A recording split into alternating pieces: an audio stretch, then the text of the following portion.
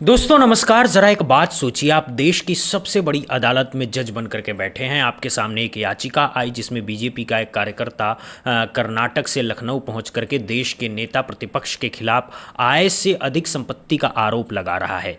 Allahabad high court की लखनऊ पीठ ने बड़ी फुर्ती से सीबीआई और ईडी को जांच का आदेश दे दिया। 20 अगस्त की अगली सुनवाई तय हो चुकी है। ईडी और सीबीआई अपनी रिपोर्ट फाइल करने की तैयारी में है। पूरी विसात बीत चुकी है और आपके एक इशारे पर सब कुछ पलट सकता है।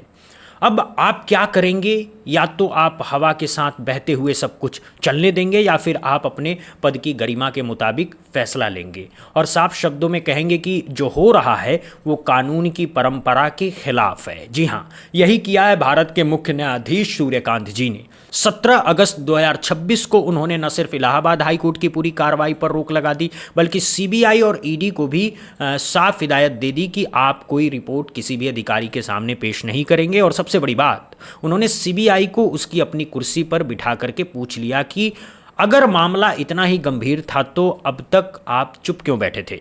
आपको कोर्ट के आदेश की जरूरत क्यों पड़ी? क्या आपने अपनी तरफ से कोई कार्रवाई की है? जवाब मिला नहीं, बस नहीं। नमस्कार दोस्तों, स्वागत है आपका।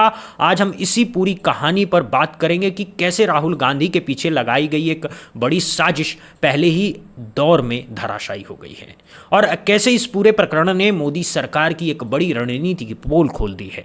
तो पहले पूरा मामला समझिए। कहानी शुरू होती है कर्नाटक से। वहां रहने वाले एक बीजेपी कार्यकर्ता एस विघ्नेश शिशिर ने इलाहाबाद हाईकोर्ट की लखनऊ पीठ में एक याचिका दायर की। दावा किया कि राहुल गांधी और उनके परिवार के पास आय से अधिक संपत्ति है। इसकी जांच सीबीआई और ईडी से कराई जाए। अब जरा सोचिए, कर्नाटक का रहने वाला पहुंच जाता है इलाहाबाद हाई कोर्ट की लखनऊ पीठ में, आरोप लगाता है कि दिल्ली में रहने वाले नेता पर। ये तो वैसे ही हुआ जैसे कोई मुंबई का व्यक्ति चेन्नई की अदालत में जाकर के लखनऊ के किसी आदमी के खिलाफ याचिका डाले और अदालत भी तुरंत सुनवाई कर दे। लेकिन खैर, याचिका डाली गई और मई महीने में हाईकोर्ट ने आदेश दिया कि सीबीआई और ईडी इन आरोपों की जांच करे और अपनी प्रगति रिपोर्ट कोर्ट के सामने पेश करे। बात यहीं तक होती तो शायद बहुत बड़ी बात नहीं होती, लेकिन जुलाई में हाईकोर्ट ने सीबीआई को फिर से आदेश दिया कि उनकी पहली रिपोर्ट संतोषजनक नहीं है। सीनियर अधिकारी खुद हलफनामा दायर करके बताए कि जांच कहां तक पहुंची है। यानी जांच को तेजी से आगे बढ़ाया जा रहा था। 20 अगस्त की तारीख तय हो चुकी थी। ऐसा माहौल बनाया जा रहा था कि किसी न किसी दिन राहुल गांधी को ईडी और सीबीआई के दरवाजे पर बुलाया जाए, फिर पूछताछ हो, फिर छापे हो और फिर वहीं घिसा पिटा नैरेटिव की देखो देखो राहुल गांधी पर जांच चल रही है, ये तो भ्रष्ट हैं, ये तो चोर हैं, ये तो देश के दुश्मन हैं। यही स्क्रिप्ट पहले से भी चलाई जा चुकी है। ऐसा नहीं है कि पहली बार हो रहा है। राहुल गांधी की भारतीय नागरिकता तक पर सवाल उठाए जा चुके हैं। यही विघ्नेश शिशिर एक अलग याचिका में कह चुका है कि राहुल गांधी ब्रिटिश नागरिक हैं, उनकी भारतीय नागरिकता रद्द की जानी चाहिए। लेकिन यहाँ एक बहुत मजेदार बात है, अगर सच में राहुल गांधी भारत के नागरिक नहीं हैं तो सरकार ही उनकी नागरिकता रद्द क्यों नहीं करती? गृह मंत्रालय आपके पास है, प्रधानमंत्री आप हैं, गृह मंत्री आपके हैं, नागरिकता से जुड़े सारे मामले गृह मंत्रालय के अंडर आते हैं। अगर सच में राहुल गांधी विदेशी हैं तो अमित शाह जी की क्या मजबूरी है कि वो एक्शन नहीं ले पा रहे हैं? खुद बीजेपी नेता सुब्रमण्यम स्वामी ने यह सवाल उठाया कि अगर वाकई राहुल गांधी की नागरिकता संदिग्ध है तो सरकार खुद क्यों नहीं कार्रवाई करती है? हर बार अदालत के दरवाजे पर क्यों जाना पड़ता है? जवाब सीधा है, दम नहीं है, हिम्मत नहीं है, सबूत नहीं है। जो काम खुद नहीं कर सकते वो अदालत से करवाना चाहते हैं, और वो भी किसी दूसरे राज्य से एक कार्यकर्ता को उठा करके पूरे देश के सामने बड़ा तमाशा बनाया जाता है। दोस्तों, अब उस दिन का हाल सुनिए जब सुप्रीम कोर्ट में सुनवाई हुई। 17 अगस्त की दोपहर 3 जजों की बेंच सामने थे। मुख्य न्यायाधीश सूर्यकांत जी, जस्टिस जयमाला बागची और जस्टिस वी मोहना। राहुल गांधी की तरफ से पैरवी कर रहे वरिष्ठ अधिवक्ता कपिल सिब्बल जी ने अदालत में पहला ही वाक्य ये कहा कि माय लॉर्ड, ये पूरी कार्रवाई कानून के लिए अजनबी है, ये कानून के दायरे से बाहर है, ये तो एक विच हंट है, यानी कि डायन के शिकार जैसा है। इसे किसी भी लोकतांत्रिक व्यवस्था में मान्यता नहीं दी जा सकती है। सिब्बल जी ने विघ्नेश शिशिर के भी सवाल उठाए, कहा कि इस व्यक्ति का इस मामले में कोई हित नहीं है, कोई लोकस स्टैंडाई नहीं है, ये बार बार अलग अलग याचिकाएं दायर करके राहुल गांधी को परेशान कर रहा है। इससे पहले भी इसी हाईकोर्ट के दूसरे बेंच ने इसकी आलोचना की थी और यह आदमी खुद को छुपाकर कोर्ट में आया। ये नहीं बताया कि वो आरएसएस से जुड़ा हुआ हाई प्रोफाइल कार्यकर्ता है। दूसरी तरफ अतिरिक्त solicitor general SV Raju CBI की तरफ से खड़े हुए, उन्होंने दलील दी कि ये तो फ्री एफआईआर स्टेज है, अभी तक एफआईआर दर्ज नहीं हुई है, इस स्तर पर आरोपी को सुनवाई का अधिकार नहीं होता है, नेचुरल जस्टिस के सिद्धांत यहाँ लागू नहीं होते हैं। लेकिन जज साहबों ने वो सवाल पूछा जो सीधा दिल में उतर जाता है। जस्टिस बागची ने राजू साहब की तरफ देख करके पूछा कि अगर मामला इतना गंभीर था, अगर आपको इसका पता था, तो आपकी एजेंसी ने अब तक चुप्पी क्यों साधी हुई है? क्या आपको कोर्ट के आदेश की ज़रूरत है कार्रवाई के लिए? क्या आपने अपनी तरफ से कोई कार्रवाई की है, कोई सुओ मोटो एक्शन लिया है? जवाब आया नहीं, और यहीं पर मामला ख़त्म हो गया। मुख्य न्यायाधीश ने बड़े सीधे शब्दों में कहा कि अगर पुलिस को किसी हत्या का पता हो तो वो कोर्ट की इजाज़त नहीं मांगती, वो अपनी तरफ से मामला दर्ज करती है, जांच करती है। तो अगर सीबीआई को सचमुच किसी की आय से अधिक संपत्ति का पता है तो वो कोर्ट के आदेश का इंतज़ार क्यों करती है, अपनी तरफ से जांच क्यों नहीं करती है? मतलब यहाँ तो सीधा सीधा दिख रहा है कि कोई कोर्ट पहुंचा है और कोर्ट सीबीआई को मजबूर कर रहा है। ये तो प्राकृतिक अन्याय के सिद्धांतों के खिलाफ है। अगर कोर्ट कोई निर्देश जारी करना चाहता है तो उसे प्राकृतिक न्याय के सिद्धांतों का पालन करना ही होगा, इससे कम से काम नहीं चलेगा। और फिर 3 जजों की बेंच ने एक साथ आदेश जारी किया, इलाहाबाद हाई कोर्ट की कार्रवाई अगली सुनवाई तक स्थगित की जाती है। सीबीआई और ईडी या कोई अन्य एजेंसियां हाई कोर्ट में या कहीं भी कोई रिपोर्ट पेश नहीं करेगी। विघ्नेश शिशिर, सीबीआई और ईडी सबको नोटिस जारी किए जाते हैं, वो जवाब दें।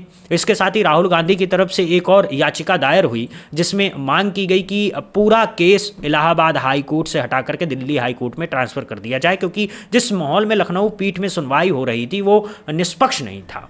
ये पूरा फैसला मोदी सरकार के लिए एक बहुत बड़ा झटका है और शायद इसीलिए बीजेपी के भीतर हड़कंप मच गया है। एक बड़ी रणनीति के तहत जो जाल बुना गया था वो सिरे से खारिज हो गया है, और वो भी उसी सुप्रीम कोर्ट में जिसे सत्ता ने अपने पक्ष में मान लिया था। सत्ता को झटका इसलिए भी बहुत बड़ा लगा है क्योंकि उसने पूरा गणित लगाया हुआ था कि हाई कोर्ट से जांच का आदेश आएगा, फिर एजेंसियां हरकत में आएंगी, फिर मीडिया में खबरें छपेंगी, फिर टीवी पर बहस होगी, फिर विपक्ष का नेता कटघरे में खड़ा दिखेगा, फिर जनता के मन में शक पैदा होगा और आने वाले चुनाव में इसका फायदा उठाया जाएगा। लेकिन इस पूरे गणित पर सूर्यकांत जी ने पानी फेर दिया। दोस्तों, यहाँ एक बहुत बड़ा सवाल उठता है, आखिर मोदी सरकार को राहुल गांधी से इतनी घबराहट क्यों है? और जवाब मिलता है खुद राहुल गांधी के हाल के बयानों में। पिछले कुछ दिनों में राहुल गांधी ने जो खुलासे किए वो सत्ता के लिए बहुत असहज हैं। उन्होंने आंकड़ों के साथ बताया कि जब बीजेपी सत्ता में आई थी तब उसके बैंक खाते में करीब 150 करोड़ रुपए थे। आज उसी बीजेपी के खाते में 10,000 करोड़ रुपए हैं, यानी लगभग 70 गुना बढ़ोतरी। सिस्टम है। अंबेडकर जी ने कहा था सोशल, पॉलिटिकल, इकोनॉमिक। ये देखिए, ये है इकोनॉमिक। पैसा, अदानी, इनकी आमदनी 10 साल में 30 गुना बढ़ी है। ये पहले ग्लोबल रिच लिस्ट में 600 नंबर पे हुआ करते थे, 10 साल के अंदर ये दूसरे नंबर पे पहुंच गए। ये पूरे सिस्टम को फाइनेंशियल सपोर्ट देते हैं। बीच में मोदी जी, अमित शाह जी, बीजेपी का बैलेंस 150 करोड़ रुपए का होता था बैंक में, आज इनका बैंक बैलेंस 10,000 करोड़ रुपए का है। 10,000 करोड़ रुपए का एक पॉलिटिकल पार्टी का बैंक बैलेंस। नरेंद्र मोदी जी आपका ध्यान भटकाते हैं और पॉलिटिकल सिस्टम चलाते हैं। वोट चोरी होती है, वोटर लिस्ट में ब्राजील की औरतें आती है, और तीसरा आपके सोच पर कंट्रोल, जो इलाहाबाद यूनिवर्सिटी में किया गया है। ये कोई सामान्य ग्रोथ नहीं है, ये कोई कारोबारी चमत्कार नहीं है, ये एक ऐसा गठजोड़ है जिसने पूरे देश की अर्थव्यवस्था की दिशा बदल दी है। जब कोई नेता ऐसे सवाल खुले मंच से पूछेगा तो सत्ता को असहज होना ही होता है। इसीलिए तो हर तरह से राहुल गांधी को घेरने की कोशिश की जा रही है। कभी सूरत की एक अदालत से मानहानि का केस चलवा करके सांसदी छीनी जाती है, कभी नागरिकता पर सवाल उठाए जाते हैं, कभी संपत्ति की जांच लगाई जाती है, लेकिन हर बार अंत में कोई ना कोई अदालत सच्चाई के साथ खड़ी हो जाती है और साजिश ढेर हो जाती है। यहाँ एक बात बहुत गौर करने की है, राहुल गांधी की चुनौती अब सिर्फ राजनीतिक नहीं रह गई है, ये चुनौती वैचारिक हो चुकी है। युवाओं की धड़कन बन गए हैं वो, जनजी उनकी तरफ देख रही है, छात्र आंदोलन में उनका नाम गूंज रहा है, विदेशी विश्वविद्यालयों तक उनके भाषण सुने जा रहे हैं। और सत्ता का असली डर यही है कि जिस युवा शक्ति ने धर्मेंद्र प्रधान की कुर्सी छीन ली, जो अब अमित शाह के इस्तीफे की मांग कर रही है, वो कल को अगर पूरी तरह राहुल गांधी के पीछे खड़ी हो गई तो सत्ता का पूरा गणित उलट जाएगा। खुद राहुल गांधी ने खुले तौर पर चुनौती दी है कि जब तक मोदी और शाह इस्तीफा नहीं देंगे वो उनकी नींद हराम करके रहेंगे। बता रहा हूं, आप लिख लो, जिस दिन तक नरेंद्र मोदी अपना इस्तीफा नहीं देंगे, अमित शाह नहीं हटेगा, उस दिन तक नरेंद्र मोदी और अमित शाह नहीं सो पाएंगे। उनको हम जगा के रखेंगे, पूरी रात जगा के रखेंगे, जब तक वो कोलैप्स करके कहें कि भैया ये हमारी बस की नहीं है, माफ करो, छोड़ दो हमें। ये चुनौती हल्की फुल्की नहीं है, इसके पीछे एक सोची समझी रणनीति है, एक लंबी लड़ाई है। दोस्तों, इसी बीच कांग्रेस अध्यक्ष मल्लिकार्जुन खड़गे जी ने एक और बहुत बड़ी सच्चाई सामने रखी है। उन्होंने कहा है कि आज बीजेपी के जो बड़े बड़े मंत्री हैं, उनमें से बहुत सारे कांग्रेस से टूट करके आए हुए लोग हैं, लेकिन भगोड़े लोग, चंद लोग भाग गए और आज 12 मिनिस्टर में 10 मिनिस्टर कांग्रेस के हैं। कितने हैं? 10 है ना, क्या कम है? Out of 12 ministers 10 are from Congress. All they are भगोड़ेज, भागने वाले, जिनको स्वाभिमान नहीं है। यानी बीजेपी की अपनी दुकान के पास इतने नेता ही नहीं है कि वो अपने बल पर मंत्रिमंडल भर सके, इसे भी दूसरी पार्टियों से तोड़ फोड़ करके सजाना पड़ रहा है। और खड़गे जी ने बहुत बड़ी बात कही कि जिनको इतना बड़ा पद देकर बैठाया गया है वो लोग स्वाभिमानी नहीं हैं, ये तो भगोड़े हैं। आज बीजेपी में हैं, कल वापस कांग्रेस में या फिर किसी और पार्टी में जा सकते हैं, और जब भी ये पलटी मारेंगे बीजेपी की जो हालत होगी वो देखने लायक होगी। ये बात एकदम सच है दोस्तों, क्योंकि जो नेता स्वार्थ के लिए एक बार पार्टी बदल सकते हैं वो दूसरी बार भी बदल सकते हैं, और जब सत्ता का पलड़ा भारी हो तो सारे स्वार्थी नेता उसी तरफ बहते हैं, लेकिन जब पलड़ा हल्का पड़ने लगे तो उसी रफ्तार से लौट भी आते हैं। यही तो सत्ता की सबसे बड़ी कमजोरी है, ये अपने असली कैडर पर नहीं टिकी है, ये तोड़ फोड़ के जोड़ तोड़ पर टिकी है। और इसीलिए हर तरफ से जब झटका लगने लगते हैं तो पूरा ढांचा हिलने लगता है। दोस्तों, अब असली सवाल पर आते हैं, ईडी और सीबीआई का असली मकसद क्या है? संविधान के हिसाब से ये जो एजेंसियां भ्रष्टाचार के खिलाफ लड़ने के लिए बनी हैं, आर्थिक अपराधियों की जांच करने के लिए बनी हैं, लेकिन पहले कुछ सालों में जिस तरह से इनका इस्तेमाल हुआ वो हर संवेदनशील नागरिक के मन में सवाल पैदा करता है। जो नेता विपक्ष में है उसके यहाँ छापा, जो नेता विपक्ष छोड़ करके सत्ता में शामिल हो गया उसका छापा बंद, जो कारोबारी सत्ता को चंदा नहीं देता उसके यहाँ जांच, जो कारोबारी सत्ता के करीब आ गया उसकी जांच बंद। ये पैटर्न पूरा देश देख रहा है और अब सुप्रीम कोर्ट भी देख रहा है। यही वजह है कि जब सूर्यकांत जी ने सीबीआई से पूछा कि आपने अपनी तरफ से कार्रवाई क्यों नहीं की, तो सीबीआई के पास कोई जवाब नहीं था, क्योंकि जवाब है ही नहीं। सीधी सी बात है, ये एजेंसियां आज का एक हथियार बन चुकी हैं और इस हथियार को कब चलाना है कब नहीं, ये फैसला सत्ता के गलियारों में होता है, कानून के दफ्तर में नहीं। और यही वो सच है जिसे सूर्यकांत जी ने अपने एक वाक्य में पूरे देश के सामने रख दिया है। दोस्तों, यहाँ एक बात और गौर करने वाली है, सूर्यकांत जी के इस फैसले के बाद कई और मामले पर भी असर पड़ेगा। हेमंत सोरेन जी के खिलाफ जो मनी लॉन्ड्रिंग का केस चल रहा था उसमें भी इसी बेंच ने इसी साल के शुरू में स्टे दिया था। यानी एक पैटर्न बन रहा है विपक्षी नेताओं के खिलाफ, जो एजेंसी वाले केस बिना पर्याप्त सबूत के चलाए जा रहे हैं उन पर एक एक करके स्टे लग रहा है। ये संकेत है कि न्यायपालिका अपनी स्वतंत्रता को बचाने की कोशिश कर रही है, अपनी गरिमा वापस लाने की कोशिश कर रही है, और अगर ये सिलसिला यूं ही चलता रहा तो आने वाले महीनों में सत्ता को कई और झटके लगने वाले हैं। दोस्तों, अंत में एक बात कहनी है, लोकतंत्र में सबसे बड़ा हथियार होता है सच, और सच को दबाया जा सकता है, थोड़े समय के लिए ठुकराया जा सकता है, झुठलाया जा सकता है, लेकिन खत्म नहीं किया जा सकता है।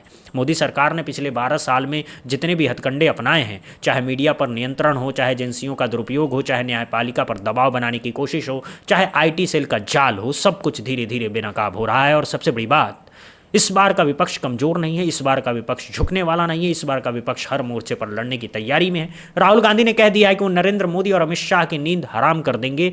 और अब देखने की बात यह है कि ये चुनौती कहां तक जाती है। 17 अगस्त का फैसला सिर्फ एक कानूनी जीत नहीं है, ये एक बड़ा राजनीतिक संदेश है। संदेश ये है कि अगर सत्ता संविधान से खेलेगी तो संविधान भी सत्ता को जवाब देगा।